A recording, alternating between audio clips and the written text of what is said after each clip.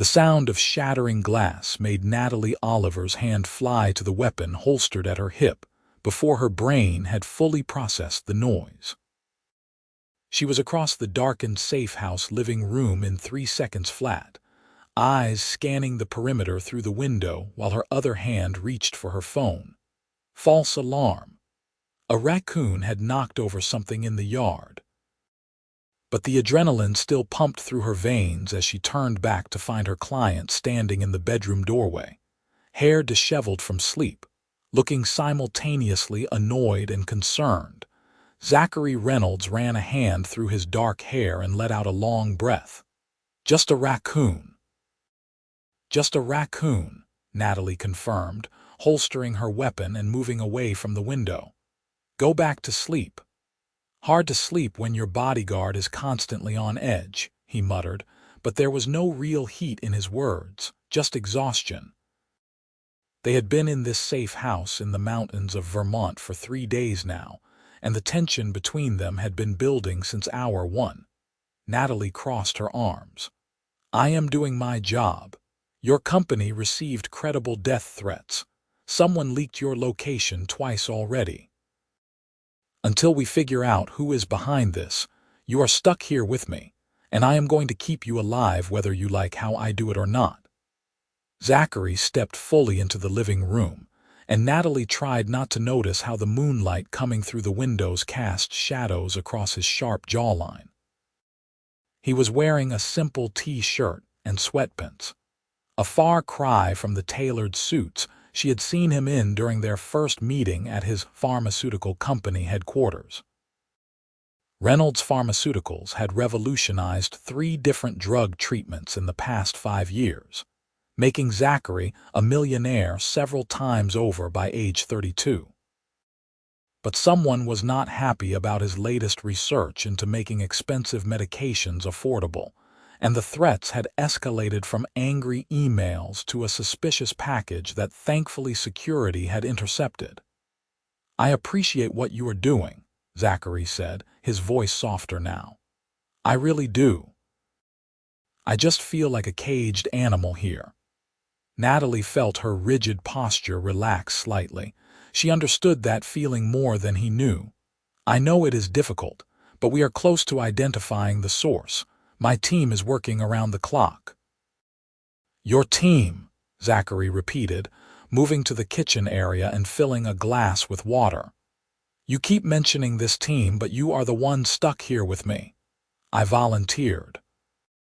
The words came out before Natalie could stop them, and she immediately regretted the admission when Zachary turned to look at her with raised eyebrows. "Why?" "Because your case file showed you were trying to do something good in a corrupt industry. Because you reminded me why I got into this work in the first place. Because when I met you, something in your eyes made me want to be the one to keep you safe. Because I am the best," Natalie said instead, injecting confidence into her voice. "And high-profile cases like yours need the best." Zachary studied her for a long moment, and Natalie fought the urge to look away. At 28, she had been working in private security for 6 years, ever since leaving the police force after becoming disillusioned with the bureaucracy and corruption. She had built a reputation for being thorough, professional, and completely unshakable. Clients felt safe with her, which was exactly what she wanted. But standing here in this quiet safe house with Zachary Reynolds looking at her like he could see past all her carefully constructed walls, Natalie felt something shift inside her chest that she absolutely could not afford to feel. "Well then," Zachary said finally, a small smile playing at his lips, "I am grateful to have the best." He went back to bed after that, and Natalie resumed her position monitoring the security feeds on her laptop. But sleep did not come easily for the rest of the night, and it had nothing to do with the raccoon. Morning brought weak sunlight filtering through the clouds, and the smell of coffee that Zachary had apparently learned how to make properly. Natalie found him in the kitchen, already dressed in jeans and a navy sweater, looking more rested than she felt. "Peace offering," he said, sliding a mug across the counter to her. "I know I have not been the easiest client." Natalie accepted the coffee gratefully. "You are not the worst I have had. Had a tech CEO once who tried to sneak out to meet his girlfriend at a club in the middle of an active threat situation. What did you do?" "Followed him to the club, extracted him when someone recognized him, and then made him call his girlfriend and explain why he could not see her until the threat was neutralized." Natalie took a sip of coffee. "They broke up. She did not appreciate being lied to." "Seems fair," Zachary said. "Honesty is pretty important." "It is essential," Natalie agreed. "In relationships and in this job." They fell into a comfortable silence, sipping coffee as morning fully arrived. This was the longest conversation they had shared without tension crackling between them, and Natalie found herself relaxing in a way she usually never allowed herself during an active protection detail. "Tell me about this research that made someone want to kill you," Natalie said. She had read the files, but she wanted to hear it from him. Zachary set down his mug, and his expression grew serious. "We developed a new production method for 3 critical medications: insulin, epinephrine auto-injectors, and a common chemotherapy drug. Our process cuts production costs by 70%, which means we can sell them for a fraction of what other companies charge."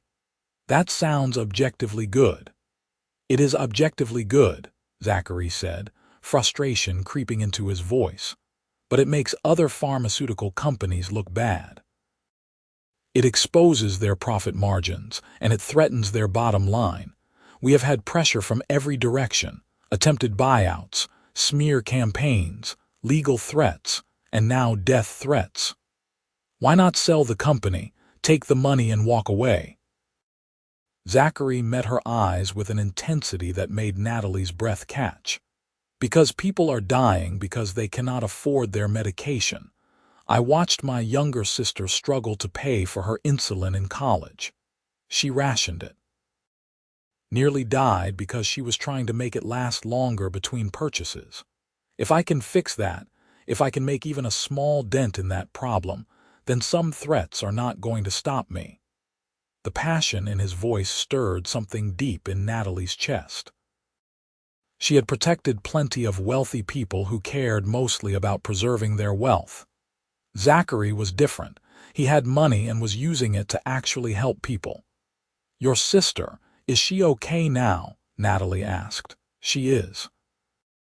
Graduated, got a good job with health insurance, and she gets her insulin from our company now at cost." Zachary smiled, and it transformed his entire face. "She is actually getting married next year. I am supposed to walk her down the aisle since our parents passed away when we were younger."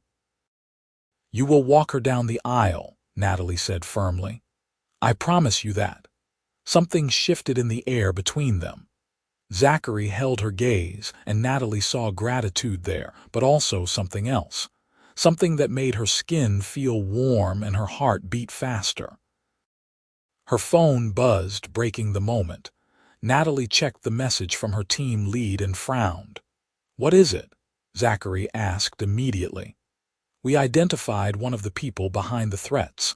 Middle management at Carrington Pharma. They are bringing him in for questioning now." "That is good news, right?" "It is. But something feels off. This seems too easy." Natalie typed out a response, requesting more information. "Carrington is one of your biggest competitors, but I cannot see them sanctioning actual murder. Too much liability. Maybe it is a rogue employee." "Maybe." But Natalie's instincts were screaming that they were missing something. The rest of the day passed quietly. Natalie increased her security checks while Zachary attempted to do some work on his laptop. They ate lunch together. Simple sandwiches that Zachary insisted on making despite Natalie protesting that food preparation was not his job. "You are keeping me alive," Zachary said, setting a plate in front of her. "The least I can do is keep you fed." As afternoon faded into evening, Natalie found herself watching Zachary more than she watched the security feeds. The way he concentrated when he was reading something on his laptop, his brow furrowing slightly. The way he absently rubbed the back of his neck when he was stressed. The way he seemed genuinely interested when he asked her questions about her work, her life before security, what made her choose this career. She found herself answering more honestly than she usually did. Telling him about growing up with a single father who was a cop, about following in his footsteps only to become disillusioned with the system, about finding purpose in private security where she could choose who she protected and why. Do you always choose based on whether you think the client is a good person? Zachary asked as they sat on opposite ends of the couch, dinner plates abandoned on the coffee table. Not always. Early on, I took whatever jobs I could get, but now that I have a reputation, I can be selective. Natalie turned to look at him. I choose based on whether I think the client deserves protection, whether keeping them safe makes the world a slightly better place. And you think I deserve protection. I think you are trying to do something good in an industry that makes that very difficult. Yes, I think you deserve protection. Zachary shifted closer and Natalie's breath caught. They were not touching, but she could feel the heat of him, smell his cologne mixed with coffee and something uniquely him. Can I ask you something personal? Zachary's voice was low, almost uncertain. You can ask, I might not answer. Is there someone waiting for you when this is over? Natalie's heart hammered in her chest. No, this job does not really allow for relationships. Irregular hours, constant danger, the need to drop everything and disappear into a safe house for days or weeks at a time. Sounds lonely. It can be, Natalie admitted. Is there someone waiting for you? No, I have been married to my work for the past few years.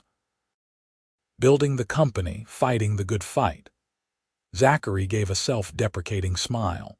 Also sounds lonely when I say it out loud. They sat in charged silence, the air between them electric. Natalie knew she should move, create distance, reassert professional boundaries. But she could not make herself do it. Natalie, Zachary started, but whatever he was going to say was cut off by Natalie's phone ringing. She grabbed it immediately, grateful for and frustrated by the interruption in equal measure. Oliver, we have a problem. Her team lead's voice was tight with urgency. The Carrington employee we brought in is talking, but it is not what we thought. He is claiming self-defense. Says Reynolds threatened him first. That is ridiculous, Natalie said, standing and pacing to the window. What possible grounds he has emails, supposedly from Reynolds's company account, threatening to destroy Carrington and everyone who works there. Threatening specific employees by name. Natalie's mind raced. Those emails are fake. They have to be. FBI is getting involved because it crossed state lines. They want to question Reynolds. And Natalie, they are treating him as a suspect, not a victim. This is insane. Someone is setting him up. I agree, but until we prove it, the threat to Reynolds might be coming from law enforcement. If they arrest him, we lose control of his security. Natalie glanced back at Zachary, who was watching her with concern written all over his face. How long do we have? FBI wants him at their field office tomorrow afternoon. We are working on proving the emails are fraudulent, but it is going to take time. Keep me updated. Natalie ended the call and turned to Zachary. We have a complication. She explained the situation, watching as Zachary's expression shifted from confusion to anger to something that looked like resignation. They are framing me, he said flatly. Whoever is behind this, they are not just trying to kill me. They are trying to destroy my credibility. We are going to prove the emails are fake, Natalie said firmly. My team is already on it. But what if they cannot prove it in time? What if the FBI arrests me? Then I will figure out a way to keep you safe in custody until we can clear your name. Natalie moved to stand in front of him. I promised you that you would walk your sister down the aisle, and I keep my promises. Zachary looked up at her, and the vulnerability in his eyes made Natalie's chest ache. Why do you care so much? You barely know me. Because I feel something for you that I have never felt for any other client. Because the thought of you being hurt makes me physically ill. Because somewhere in the past 3 days, I stopped seeing you as just a job and started seeing you as someone I could care about deeply. Because it is my job, Natalie said, hating herself for the lie even as the words left her mouth. And because you are trying to do the right thing, and I refuse to let corrupt people win. Zachary stood, bringing them face to face, close enough that Natalie could see the flecks of gold in his brown eyes. I think it is more than that.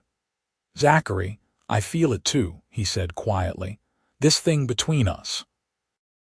I have been trying to ignore it because you are my bodyguard and this is your job, and I do not want to make anything complicated. But if I might be arrested tomorrow, if this whole thing might fall apart, then I need you to know that these past 3 days have been the most alive I have felt in years. Not because someone wants me dead, but because I have been here with you.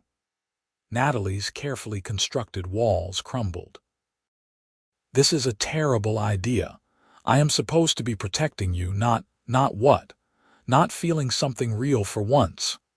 Zachary lifted his hand slowly, giving her every opportunity to pull away and gently cupped her cheek. Tell me I am reading this wrong. Tell me you do not feel anything, and I will never bring it up again. Natalie could not tell him that. She could not lie, not when he was looking at her like she was something precious, not when his touch sent electricity through her entire body. You are not reading it wrong, she whispered. But Zachary, I cannot be distracted, not when your life is at stake. I know. He stroked his thumb across her cheekbone and Natalie's eyes fluttered closed. I know. After this is over, Natalie agreed, opening her eyes and meeting his gaze with determination. When you are safe, when the threat is neutralized, then we can figure out what this is. Zachary nodded, but he did not drop his hand from her face.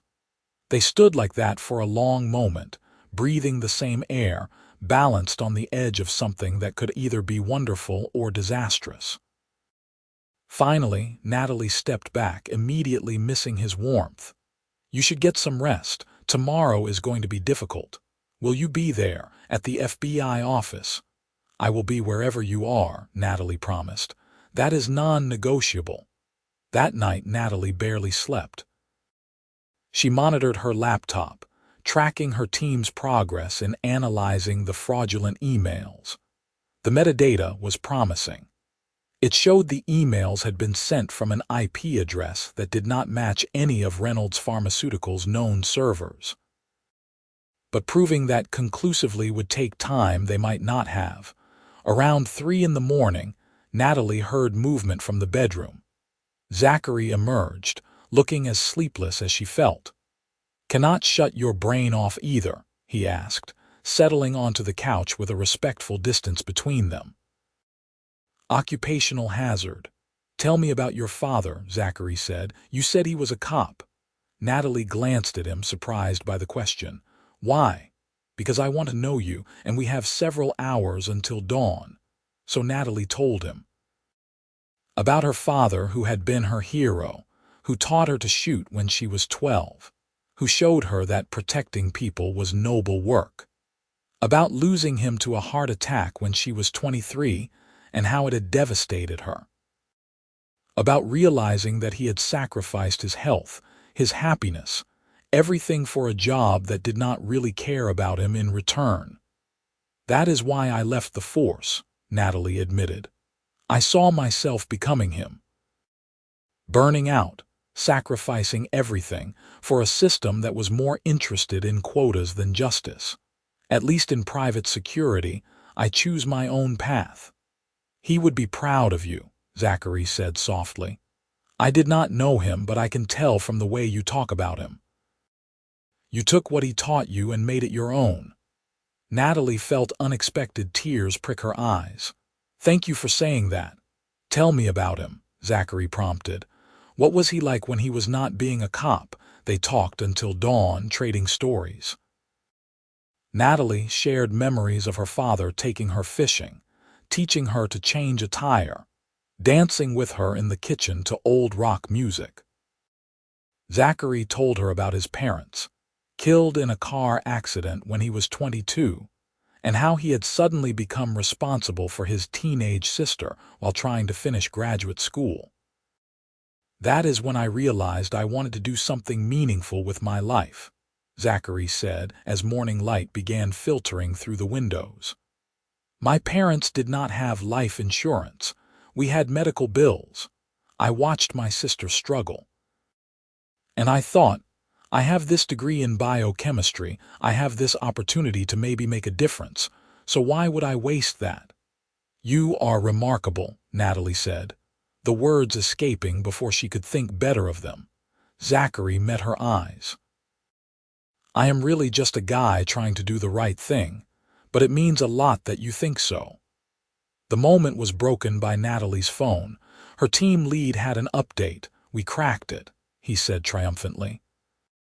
The emails were sent using a sophisticated spoofing method, but we traced them back to a private cybersecurity firm that does work for 3 major pharmaceutical companies, including Carrington.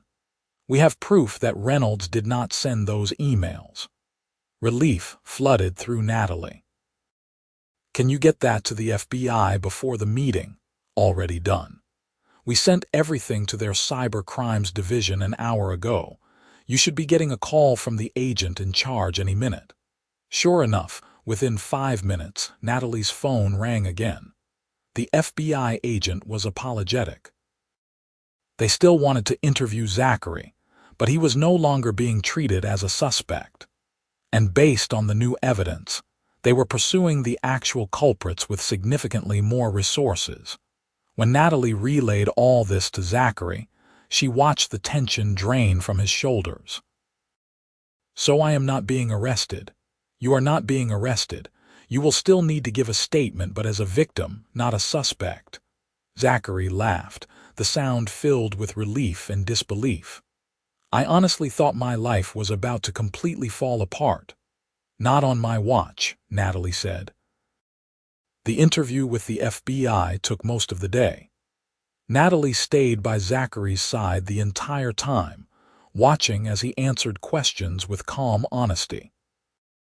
The agents were professional and thorough, and by the end of it, they had enough evidence to move forward with charges against several individuals at both Carrington Pharma and the cybersecurity firm they had hired.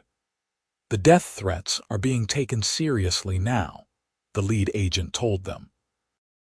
We will have protection details on you until we have everyone in custody. But Miss Oliver, your company did exceptional work tracking this down. Just doing my job, Natalie said. As they left the FBI field office, Zachary turned to her. Is it over? Am I safe now? Not completely. Not until everyone involved is arrested, but we are close. Natalie checked her phone. My team recommends staying at the safe house for another few days just to be cautious. So we are going back to our mountain hideaway. We are going back. The drive back to Vermont felt different, lighter. They talked easily, no longer dancing around the tension between them. Zachary told her about his sister's wedding plans, making Natalie laugh with stories of ridiculous cake tastings and his sister's indecision about flowers. She keeps changing her mind, Zachary said with exasperated fondness. Last week it was roses, this week it is peonies, next week who knows? It is her wedding. She is allowed to be indecisive. I keep telling her that, I just want her to be happy. Zachary glanced at Natalie. Will you come to the wedding? You are inviting your bodyguard to your sister's wedding. I am inviting someone I care about to an important event in my life, Zachary corrected. Unless I am overstepping, Natalie's heart swelled. You are not overstepping. I would love to come." When they arrived back at the safe house, the sun was setting, painting the sky in shades of orange and pink. Natalie did her security sweep while Zachary started heating up the dinner they had picked up on the way. This time when they sat down to eat, there was no pretense of professional distance. They sat close, knees touching, conversation flowing easily. And when Zachary reached for her hand across the table, Natalie let him take it. "Is this okay?" he asked. "Now that the immediate crisis is over." "This is okay," Natalie confirmed, lacing her fingers through his. "More than okay. I know we still have to be careful. I know there is still danger. But Natalie, I have not been able to stop thinking about you since the moment we met. The moment we met, you told me that you did not need a bodyguard and that hiring my company was someone else's idea." Zachary had the grace to look embarrassed. "I was being stubborn and scared, if I am honest. I did not want to believe the threats were serious. But then you walked into my office in that sharp suit with that no-nonsense expression, and I thought, okay, maybe this will not be so bad after all. You had a strange way of showing it. I was fighting it," Zachary admitted. "This immediate attraction to you. It felt inappropriate and inconvenient, and I tried to push it down by being difficult." "Well, you succeeded at being difficult," Zachary laughed. "I really am sorry about that. You have been nothing but professional and incredible, and I have been making your job harder." "You have not made anything harder," Natalie said, squeezing his hand. "Okay, maybe the first day you made things a little harder, but Zachary, I have been fighting this too. I do not get involved with clients, ever. It is a rule I have never broken. Are you breaking it now?" Natalie considered lying, considered maintaining her professional facade, but she had told him that honesty was essential and she meant it. "Yes," she said simply. "I am breaking it now, for you." Zachary stood, pulling her gently to her feet. They were close now, closer than they had been before, and Natalie's heart was racing. "Can I kiss you?" Zachary asked, his voice low and rough. "Because I have been wanting to since that first morning when you were drinking coffee and explaining why you became a bodyguard, and I really cannot wait any longer." "Yes," Natalie breathed. "Yes, you can kiss me." He cupped her face in both hands, gentle despite his size, and kissed her with a sweetness that made Natalie's knees weak.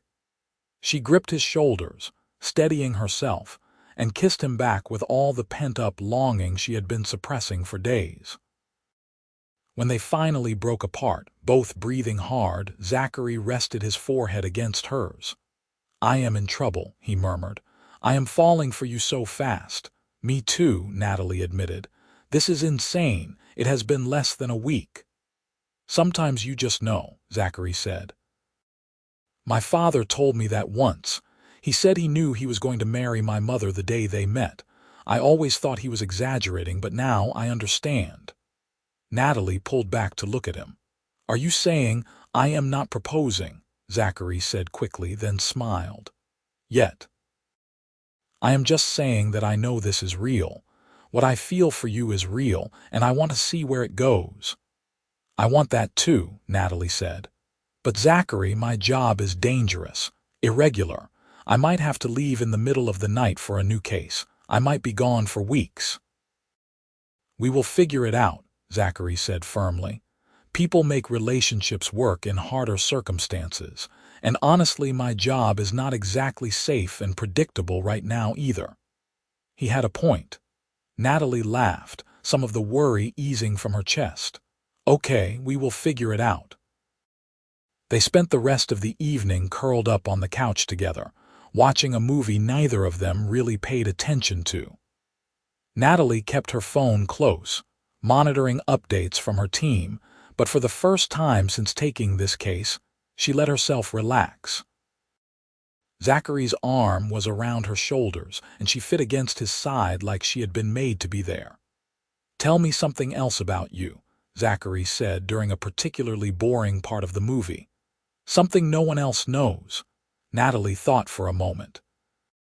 I wanted to be a dancer when I was little, ballet specifically. I took classes until I was 13. What happened when you were 13? I realized I was never going to be a prima ballerina, and I had just discovered shooting sports, which I was actually good at. But sometimes I still miss it, the grace of it, the way it felt to move like that. Zachary was quiet for a moment, then said, I would have liked to see that. Maybe someday I will show you, though fair warning, I have not danced in 15 years. I will take that risk. Over the next 2 days, the FBI made significant progress. 5 people were arrested in connection with the threats against Zachary, including 2 executives from Carrington Pharma. The evidence was overwhelming, and the case was solid. By the 3rd day, Natalie's team lead called with the news they had been waiting for. The threat is neutralized, he said. FBI is confident they have everyone involved. You can bring Reynolds home. Natalie felt an unexpected pang at the word home. This safe house had started to feel like its own little world, separate from reality, where she and Zachary could just be themselves without the pressure of his company or her job, or the threat hanging over them. You ready to go back to your real life? She asked Zachary after relaying the news. He pulled her close. Only if you are part of it. I think that can be arranged. They packed up the safe house together, erasing all evidence of their stay. It was protocol, but it also felt symbolic. This chapter of their story was ending and a new one was beginning.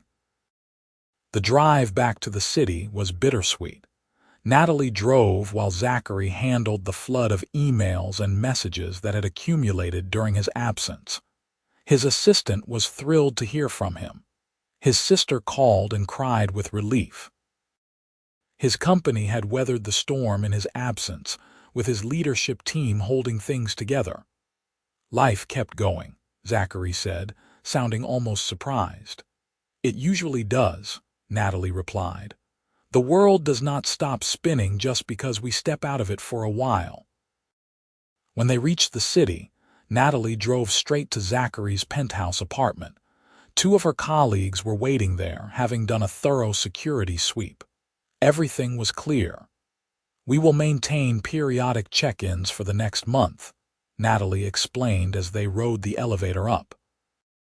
Just as a precaution, but you should be safe to resume your normal life. And you, what happens with you? I will be assigned to a new case, but I am not on call for another week, so I have some time off.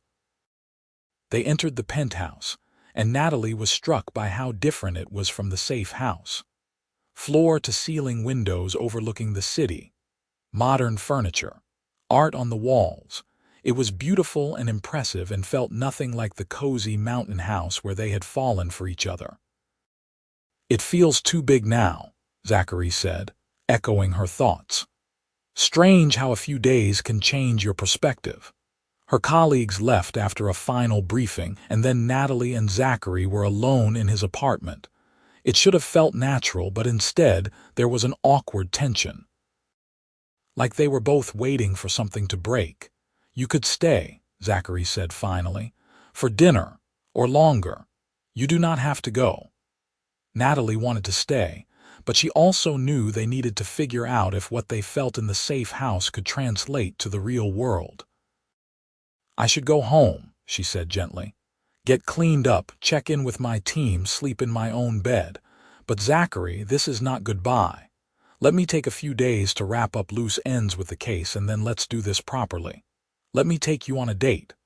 Zachary's smile was brilliant. You want to take me on a date? I want to take you on a date. Somewhere nice, where we can be 2 normal people getting to know each other without death threats hanging over our heads. I think I can manage that. Natalie kissed him at the door, soft and sweet and full of promise. I will call you tomorrow. I will be waiting. The next few days were a whirlwind. Natalie finished all her paperwork on the case, attended debriefing meetings, and coordinated with the FBI on their ongoing prosecution. Her team lead pulled her aside after one meeting. "You got personally involved with the client," he said. It was not a question. Natalie considered denying it, but she respected him too much to lie. "Yes." "Are you going to see him again?" "Yes." Her team lead sighed. "Natalie, you know the rules about client relationships exist for a reason." "I know. And I am not trying to make excuses. But he is no longer in danger, the case is closed, and I am off the clock. What I do in my personal time is my business. Just be careful. You have built a good reputation. I do not want to see you get hurt, professionally or personally." "I appreciate the concern, but I am sure about this." And she was. Over the following week, Natalie and Zachary talked every day. Long phone conversations where they continued getting to know each other. Video calls where they just shared space while doing their own work. Text messages at random times, just checking in. When Natalie finally took him on that promised date, she chose a small Italian restaurant in a quiet neighborhood. Nothing flashy, just good food and privacy. Zachary showed up in dark jeans and a button-down shirt, looking nervous and excited. "I feel like I should have brought flowers," he said, kissing her cheek in greeting. "You can bring flowers next time," Natalie replied, leading him inside. Dinner was perfect. They talked and laughed and stole bites of each other's food. Natalie told him stories about other cases, the ones that did not end with her falling for the client. Zachary talked about his vision for the company, his hopes for genuinely changing the pharmaceutical industry. "I know it sounds naive," he admitted. "One company cannot fix everything wrong with healthcare. But if we can be an example, if we can prove that you can make essential medications affordable and still run a profitable business, maybe others will follow." "It is not naive to want to make the world better," Natalie said. "It is admirable." After dinner, they walked through the city, hands intertwined, talking about everything and nothing. When Zachary walked her to her door, he kissed her goodnight with a tenderness that made her chest ache. "Can I see you again soon?" he asked. "How about tomorrow?" "Tomorrow is perfect." They fell into a rhythm over the next few weeks. Dates when Natalie was free. Quiet nights at one of their apartments, meeting each other's friends. Zachary introduced her to his sister, who hugged Natalie tight and whispered, "Thank you for keeping him safe." Natalie's colleagues were skeptical at first, but they came around when they saw how happy she was. Even her team lead grudgingly admitted that Zachary seemed like a good guy.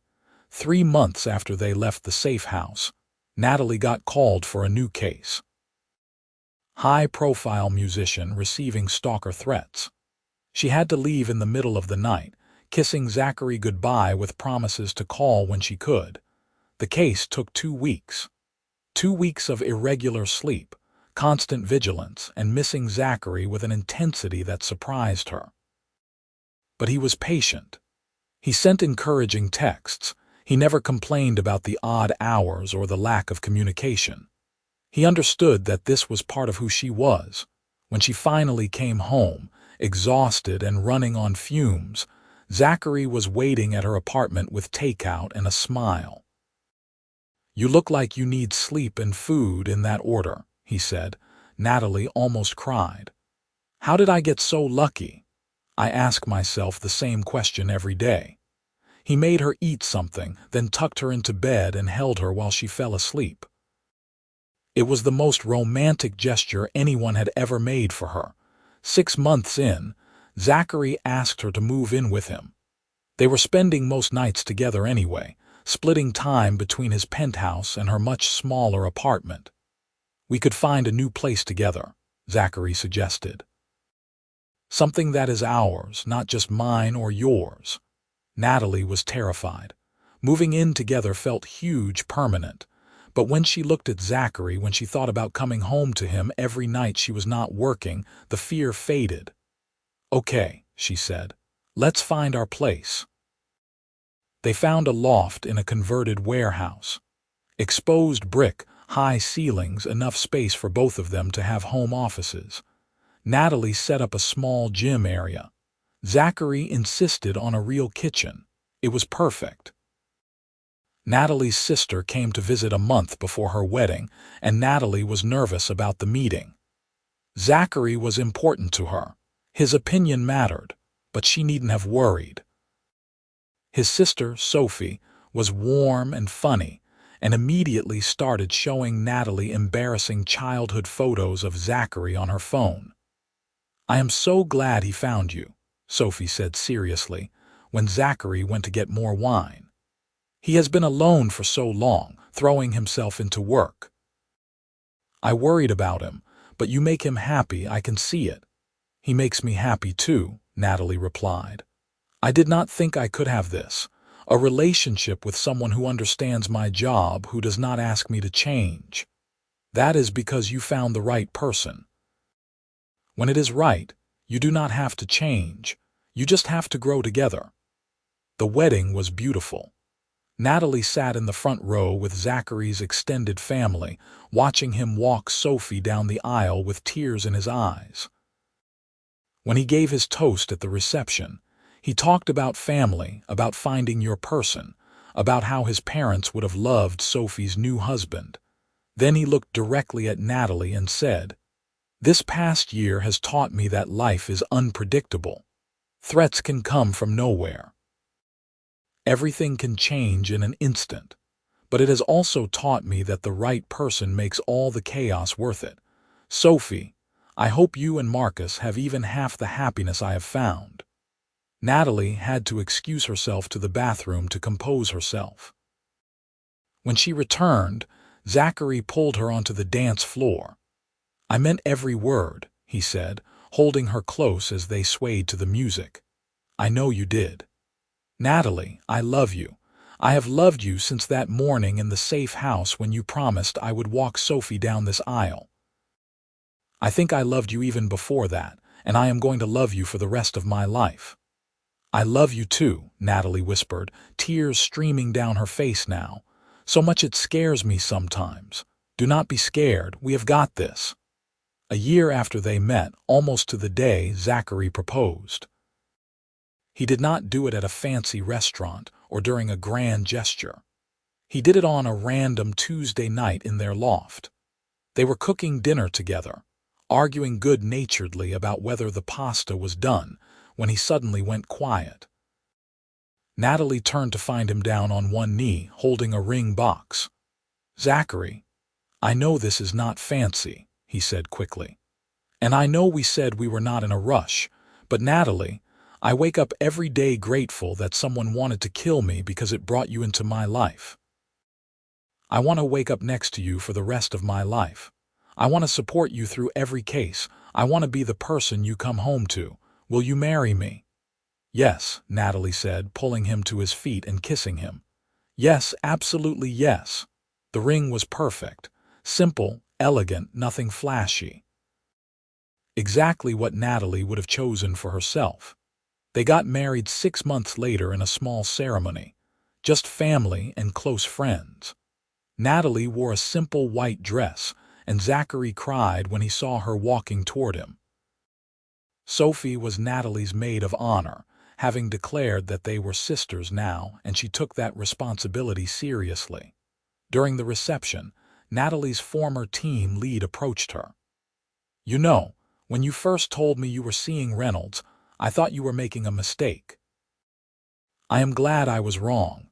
"Me too," Natalie said, watching Zachary laugh at something Sophie's husband had said. "Are you still taking cases, selected ones?" "I am transitioning more into consulting and training. I want to be home more." "That is probably wise, but we will miss you in the field." "I will still be around, just in a different capacity." Life settled into a new rhythm. Natalie took on fewer bodyguard cases, focusing instead on security consulting and training new operatives. Zachary's company continued to grow, expanding their affordable medication programs. They bought a small house outside the city for weekends. Nothing fancy, but it reminded them both of the safe house where everything began. 2 years into their marriage, Natalie found out she was pregnant. She told Zachary on the anniversary of the day they met, presenting him with the positive pregnancy test wrapped in a box. "We are having a baby," he said, voice full of wonder. "We are having a baby." Zachary kissed her, then kissed her stomach, then kissed her again. "This is the best anniversary present ever." Their daughter was born on a snowy December morning. They named her Grace, after Natalie's father's middle name. She had Zachary's dark hair and Natalie's green eyes, and holding her for the first time, Natalie felt her entire world shift. "She is perfect," Zachary whispered, looking down at their daughter with absolute awe. "She really is." Sophie visited constantly, already declaring herself the favorite aunt. Natalie's colleagues sent an absurd amount of baby gifts. Even her old team lead stopped by with a teddy bear and a gruff congratulations. "You did good, Oliver," he said. "Job, husband, baby. You figured out how to have it all." "I got really lucky," Natalie corrected. "I happened to be assigned to protect the right person at the right time." "You made your own luck. You always did." When Grace was 6 months old, Zachary came home from work with news. Reynolds Pharmaceuticals had received offers to buy their production process from 3 major pharmaceutical companies. They could license the technology, make a fortune, and actually create industry-wide change. "This could be it," Zachary said, bouncing Grace on his knee while he talked. "This could be how we actually fix the system, make affordable medication the norm, not the exception. Are you going to do it?" "I want to, but I want your input. This will change our lives again. More money, more visibility, probably more threats." Natalie looked at her husband and daughter, at the life they had built together. "I think you should do it. We will handle whatever comes. We always do." The deal went through 6 months later. Reynolds Pharmaceuticals licensed their production process to multiple companies with strict agreements about keeping prices low. Almost overnight, millions of people gained access to affordable medication. The financial windfall was substantial, but more importantly, Zachary had achieved what he set out to do. "My parents would be proud," he said one night, holding Natalie close while Grace slept in her room down the hall. "Sophie is healthy and happy. We are helping people, and I have you and Grace. I have everything I could have ever wanted." "We both do," Natalie agreed. When Grace was 2, they had a son. They named him Zachary Jr. but called him by his middle name, Owen. He had Zachary's eyes and Natalie's stubborn personality, keeping them on their toes from day one. Life was chaotic and messy and absolutely perfect. Natalie did consulting work from home, occasionally flying out for high-level security assessments. Zachary ran his company but made sure to be home for dinner most nights. They traded off bedtime stories and diaper changes, and somehow made it all work. On their 5th wedding anniversary, Zachary surprised her with a weekend trip back to Vermont, to the area where the safe house had been. The actual house was long since decommissioned, but they stayed at a bed and breakfast nearby and hiked through the same mountains. "You ever think about those first few days?" Zachary asked as they sat on a ridge overlooking the valley. "When we were fighting our feelings so hard." "All the time," Natalie admitted. "I think about how scared I was, how much I did not want to admit I was falling for you. I am glad we stopped fighting it." "Me too." Zachary pulled her close. 5 years married, 6 years since we met. Sometimes it feels like yesterday, and sometimes it feels like you have always been in my life." "That is because we were always supposed to find each other," Natalie said. "We just needed the right circumstances. Death threats and a safe house. Very romantic circumstances." "The most romantic," Natalie agreed with a laugh. They watched the sunset together, comfortable in the silence, secure in their love. Natalie thought about how much had changed since that night when a raccoon had knocked over garbage and sent her rushing to the window. How a job had become so much more. How protecting Zachary had evolved into building a life with him. "Thank you," Zachary said suddenly. "For what? For taking my case. For keeping me safe. For loving me. For giving me this incredible life." Natalie turned to kiss him, soft and sweet. "Thank you for being worth protecting. For not running when things got complicated. For loving me back. Always," Zachary promised. "For the rest of our lives." 10 years after they met, Natalie and Zachary renewed their vows. Sophie insisted on planning the whole thing, creating an intimate ceremony in the backyard of their weekend house. Grace was 8 and took her role as flower girl very seriously. Owen was 6 and tried to eat the rings before the ceremony started. "We are gathered here," the officiant began, but Zachary interrupted. "Can I say something first?" Natalie nodded, curious. Zachary took both her hands. 10 years ago, someone wanted me dead. I was scared and stubborn and convinced I did not need help. Then you walked into my life and changed everything. You kept me safe. You challenged me. You loved me even when I was being difficult. Natalie, you are the most incredible person I have ever met, and I fall more in love with you every single day. These past 10 years have been the greatest gift. I cannot wait to see what the next 10 bring." Natalie was crying now, not caring that their kids were watching or that their friends were taking photos. "I was so scared when I met you, scared of feeling something I should not feel, scared of breaking my rules. But you made it impossible not to love you. Your passion, your kindness, the way you actually wanted to make the world better. Zachary, you are my safe house, my home, the person I want beside me through every threat and every triumph. I love you more than I can possibly express." They kissed while their kids cheered and their friends applauded. It was not their first kiss or even their 1000th, but it felt just as electric as that first time in the mountain safe house when they stopped fighting what they felt. Later, after the ceremony, after the dinner and the dancing and putting 2 exhausted kids to bed, Natalie and Zachary sat on their back porch watching the stars. "You ever miss it?" Zachary asked. "The field work, the adrenaline?" "Sometimes," Natalie admitted, "but I love what I have now more. I love coming home to you and the kids.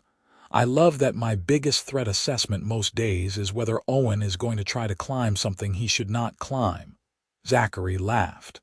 "He gets that from you, you know, the complete lack of fear.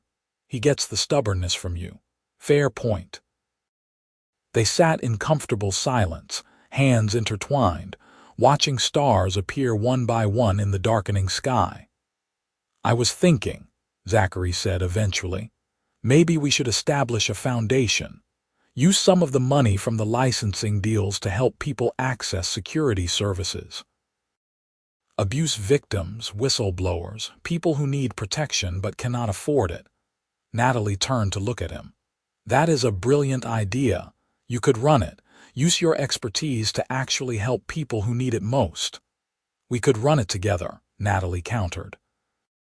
"Make it part of your mission to help people. I love that. The Reynolds Oliver Foundation for Safety and Protection." "Oliver Reynolds," Natalie corrected with a smile. "Alphabetical order. Whatever you want, as long as we do it together." They launched the foundation 6 months later. It started small, helping a handful of people per year access professional security services. But word spread, and within 2 years they were assisting dozens of people annually.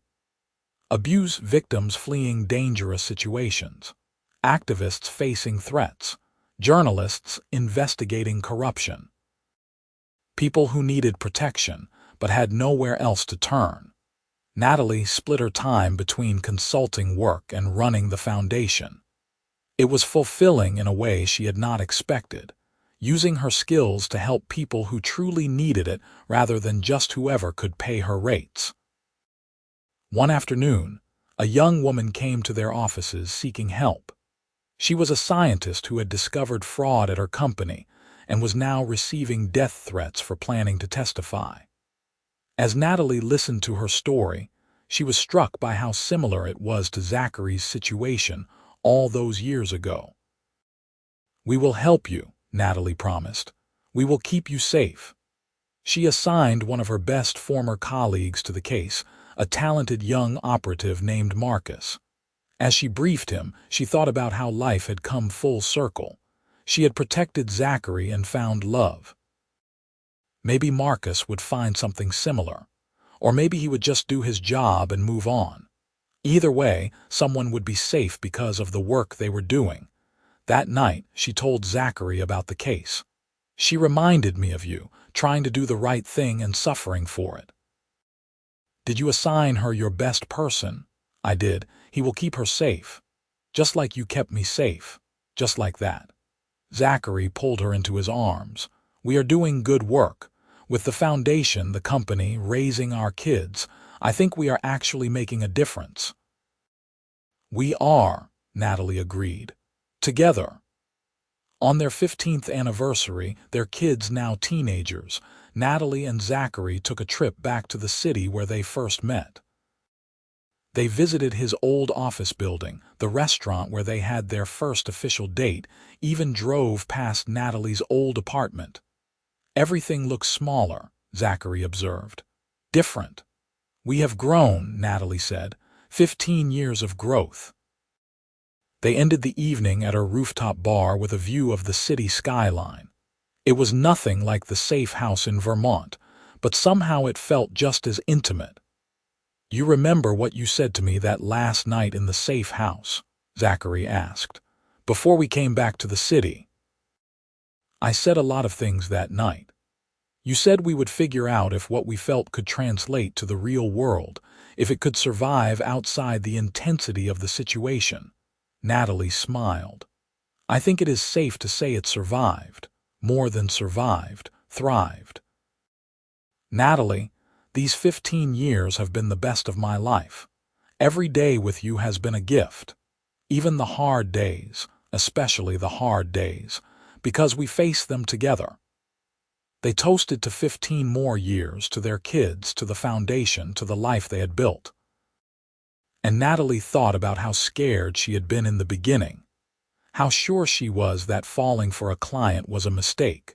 How wrong she had been about all of it. Sometimes the best things in life came from breaking your own rules, from taking a risk, from admitting that you felt something real, even when the timing was terrible and the circumstances were impossible. Zachary Reynolds had walked into her life as an assignment, a job, a client who needed protection. He had become her partner, her husband, the father of her children, her greatest love. And it all started because someone had wanted him dead, because Natalie had been assigned to keep him safe, and because in a quiet, safe house in the mountains of Vermont, they had both stopped fighting what they felt. "What are you thinking about?" Zachary asked, studying her face. "About how grateful I am," Natalie said honestly, "for all of it. The threats, the safe house, the fear, the uncertainty, because it brought us here. You do not wish things had been easier, not for a second. Our story is perfect exactly as it is." Zachary kissed her as the city lights sparkled around them, and Natalie knew with absolute certainty that she would make the same choices again. She would take the case, volunteer for the safe house assignment, break her own rules about client relationships.